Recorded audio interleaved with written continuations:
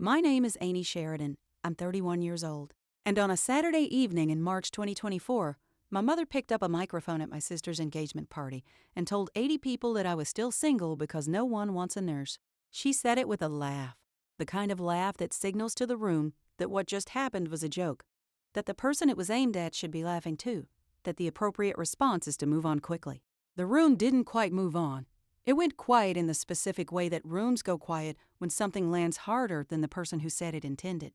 What happened in the next 40 seconds changed the dynamic of that room and of several relationships in it in ways that I am still mapping 8 months later. I want to start before the engagement party because the microphone moment was not an isolated event. It was the latest in a sequence that I have been part of my entire adult life. And understanding the sequence is what makes the 40 seconds meaningful. I grew up in Carmel, Indiana, older of 2 daughters, in a household that organized itself around my sister Melissa in ways that I spent years telling myself were not what they appeared to be. Melissa is 3 years younger than me. She is bright and social and the kind of person who makes rooms warmer by entering them, which is a genuine quality I have always admired, even as I have watched it absorb most of the available light in our family's interior atmosphere. My mother, Karen Sheridan, is a woman who experiences her children's achievements as extensions of her own presentation to the world, which means that the child whose achievements are most visible and most conventionally legible provides the most material. Melissa's achievements: valedictorian, sorority president, marketing career. An engagement at 28 to a man named Connor, who is handsome and employed and whose family has a lake house, have provided considerable material. Mine have required more explanation. I became a nurse because I wanted to. That sentence sounds simple, and it is not. I wanted to be in rooms where things were actually happening, where the stakes were real and the work was specific, and the difference between doing it well and doing it badly was immediately apparent. I chose critical care because I am good under pressure in a way that I did not fully understand about myself until I was in it. I have been working in the ICU at Methodist Hospital in Indianapolis since 2016, 8 years. I have seen things that I will not describe here because they belong to the people they happen to, and not to a story about my mother. What I will say is that the work has shaped me in ways that are not decorative. I am precise. I am calm. I am very difficult to rattle. These are not qualities I was born with. They were built in specific rooms over 8 years of specific circumstances. My mother has described my career at social gatherings in many ways over those 8 years. She has called me a hospital worker, a medical staffer, a healthcare person, and once, memorably, someone who works with sick people.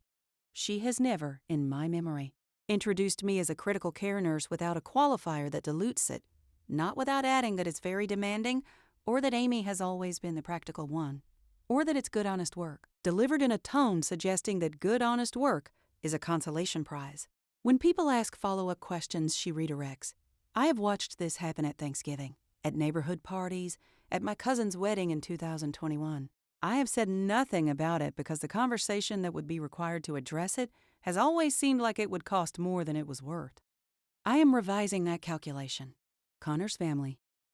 I need to tell you about Connor's family because they are the part of this story I did not anticipate. Connor Walsh is 29, works in commercial real estate development, grew up in Indianapolis, and is in most observable respects a good person who loves my sister and treats her well. His parents are Dr. James Walsh and his wife, Patricia.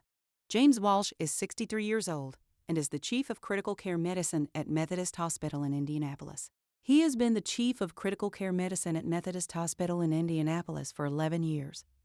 I have worked in the ICU at Methodist Hospital in Indianapolis for 8 years. I have worked under James Walsh's clinical oversight for 8 years. He knows who I am. He has known who I am since my second year in the unit when I flagged a medication interaction during a handoff that his resident had missed, and he called me by name the next morning to say that I had caught something important.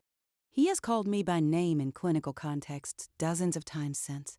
I did not know until the engagement party that he was Connor's father. Carmel is not a small town, but some intersections wait until they're ready. The engagement party was March 16, 2024. My parents' house in Carmel. 80 guests, Connor's family and friends, our family and friends, neighbors, colleagues of my parents. The kind of gathering that requires weeks of planning and produces the specific energy of an event that has been anticipated long enough to carry a weight of significance. Melissa was radiant. Connor was visibly happy. The house looked beautiful. I arrived at 6, helped my mother with the final table arrangements, changed into the dress I had bought for the occasion, and spent the first hour talking to people I liked and successfully avoiding a conversation with my mother's friend, Diane, who has asked me when I'm getting married at every event since my 26th birthday. Dinner was at 7:30. My father gave a toast that was warm and well delivered. Connor's mother, Patricia, gave a toast that made several people cry in the good way.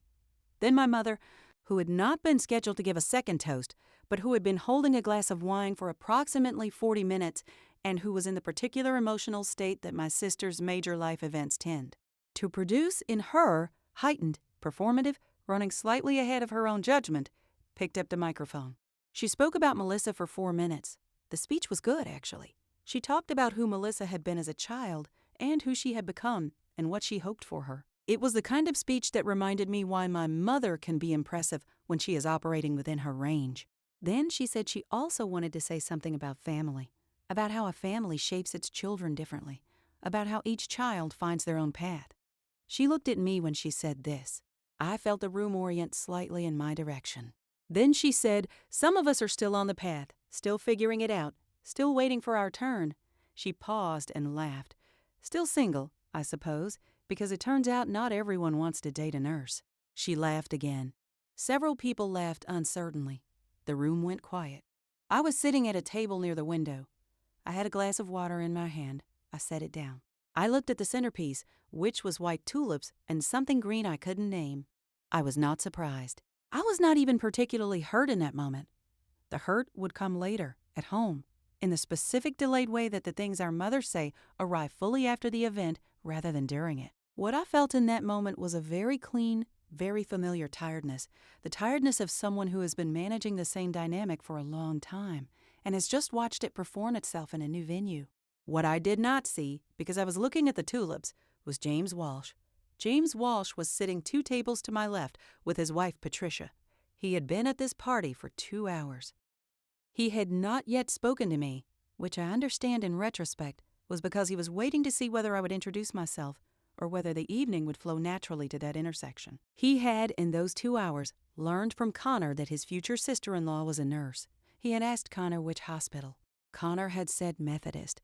James Walsh had understood at that point exactly who was in the room. He stood up, not dramatically. He simply stood the way a person stands when they had decided to say something, and standing is the physical declaration of that decision.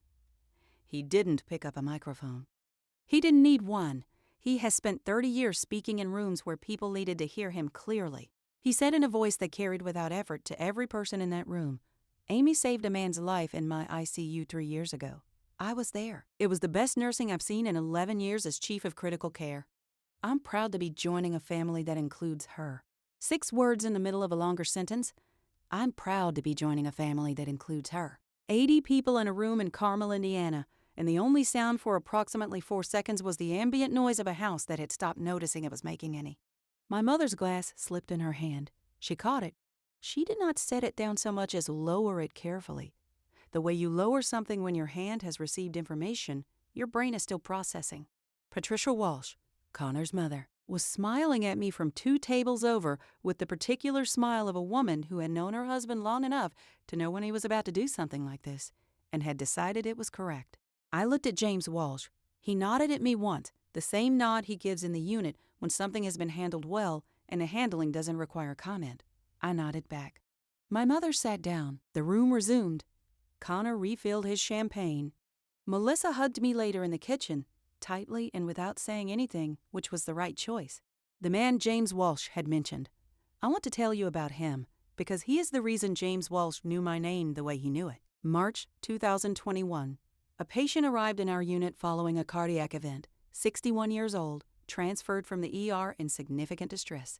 I was his primary nurse for the first 18 hours. During a medication reconciliation in my second hour with him, I identified a contraindication between 2 drugs that had been ordered, a combination that in his specific cardiac presentation created a risk of arrhythmia that the ordering physician had not flagged because the patient's prior medication history had not been fully reconciled at. Transfer? I held the second medication, documented my reasoning, paged the attending, and explained the issue. The attending reviewed it agreed, and modified the order. The patient stabilized over the following 48 hours.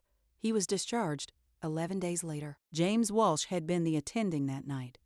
He had walked me through the documentation afterward and said, "You caught that, Sheridan."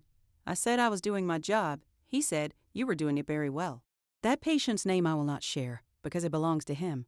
What I will tell you is that he sent a card to the unit 6 weeks after his discharge, a handwritten card addressed to the nursing staff, which his wife had told him to write but which he had written himself in the specific way of a man who is not comfortable with sentiment, but understood that some situations require it anyway.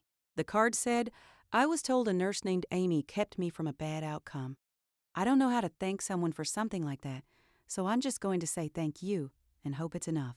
James Walsh had read that card. He had kept a copy in the patient's file. He remembered it 3 years later in a house in Carmel when a woman with a microphone implied that no one wanted to be with a nurse. My mother called me the next morning. The call was 14 minutes. She said she hadn't meant it the way it came out. I said, "I know, Mom." She said she was sorry if it was hurtful. I said, "I appreciate you saying that." She said, "That man Connor's father, did you know him?" I said, "I work under his oversight at the hospital." She was quiet for a moment. She said, "Why didn't you ever tell me he was Connor's father?" I said, "I didn't know until last night." She was quiet again. Then she said, "Amy, I didn't know what you did." I said, "Mom, I've told you." She said, "I know. I don't think I understood it." That sentence has stayed with me. I don't think I understood it. It is not an apology exactly. It is something more and less than an apology. An acknowledgement that the picture she had been carrying was incompleteness in a specific way, and that the incompleteness had produced specific damage. I have thought about what to do with it. I have not fully decided. What I have decided is that I am no longer going to manage her comfort around this topic at the expense of my own accuracy. That the next time she describes my work to someone in terms that reduce it, I will correct her, clearly and in public if necessary. Because I have spent 8 years in rooms where precision matters, and I have enough practice to handle one more. James Walsh and I spoke at the rehearsal dinner in May. His wife Patricia pulled me aside near the end of the evening and said, "James was so pleased to see you there." I told her what he'd said at the engagement party had meant a great deal. She said, "He would have said it anyway, I want you to know that." I said I believed her. She said, "Connor is lucky to have you as family." I said I felt the same. We stood near the window for a moment, with our champagne glasses and the evening light coming through, and nothing particular to perform for anyone, and it was one of the nicer moments I have had in a social. Context in recent memory. My sister got married in September. I was her maid of honor. I gave a toast that I had written and rewritten 6 times, and that made my sister cry, and made Connor's mother cry, and made my father put his hand over his eyes for a moment, in the way he does when he is moved and does not want to show it. My mother cried too. At the end of the toast, I said, "Melissa, you have always made every room warmer. I am so glad I got to be in yours." She hugged me and whispered in my ear, "I'm sorry about Mom said in March." I said, "Mel, this is your wedding." She said, "I know. I'm still sorry." I said, "I know you are. The work continues." 11 years ago, I walked into an ICU for the first time and understood that I was in the right place. That understanding has not changed. The specific invisibility of critical care nursing, the fact that the best outcomes are the ones where nothing visibly dramatic happens, where the patient stabilizes quietly and goes home, means that the work is most successful when it is least apparent. I have made peace with that in clinical context. I am making peace with it in family ones.